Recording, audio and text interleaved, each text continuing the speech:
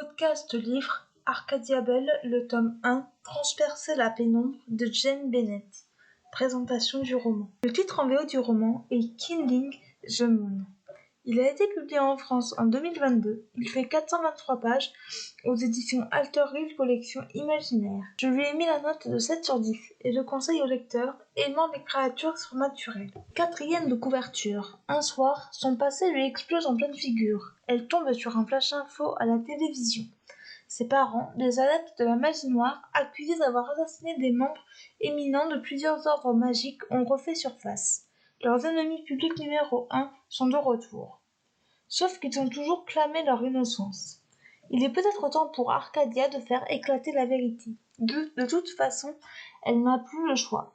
Si elle ne fait rien, elle sera livrée à Lux, le plus puissant des ordres magiques, qui réclame la tête de ses parents et à défaut la sienne. Et le pire, elle n'a que 2 semaines pour sauver sa peau. Une partie de plaisir. Pour avoir une chance de s'en sortir, elle doit faire appel à l'exaspérant Lon Butler. Elle le sent, ce démonologiste aussi arrogant que mystérieux cache bien des secrets. Une course contre la montre s'engage et cette fois, la fuite n'est pas une option. Ce que j'ai pensé de ce roman.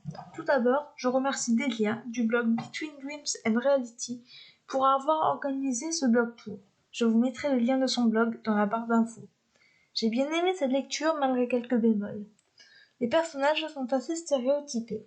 Arcadia est une barmaid qui est une terrestre, c'est-à-dire une personne qui a des capacités démoniaques. Elle ne se laisse pas marcher sur les pieds.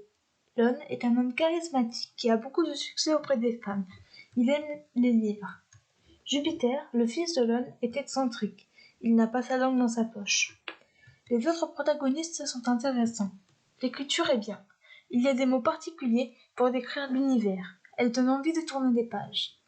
L'intrigue, tout comme l'écriture, donne envie de tourner les pages. Elle est sombre. L'univers est recherché. Par contre, il y a des petites longueurs. La fin donne envie de connaître la suite. En bref, une assez bonne lecture. Merci encore à Delia pour ce blog tour. Extrait du livre. J'apprécie vraiment Lon. Il m'avait sauvé la vie quand ce démon Pareba m'avait attaqué et il m'aidait à sauver mes parents. Il avait dressé une barrière magique autour de ma maison.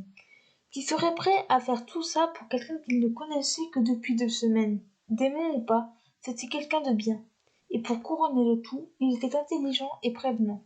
Drôle même, surtout pour un grincheux comme lui. Nous avions beaucoup en commun. Les points forts de ce roman, l'écriture, l'univers, l'intrigue et la fin. Les points faibles de ce roman, les petites longueurs et les personnages. Voilà, c'en est tout pour ce podcast. J'espère qu'il vous aura plu. N'hésitez pas à me donner votre avis et vos commentaires sur YouTube, à vous abonner à la chaîne. Et je vous retrouve très bientôt pour un nouveau podcast.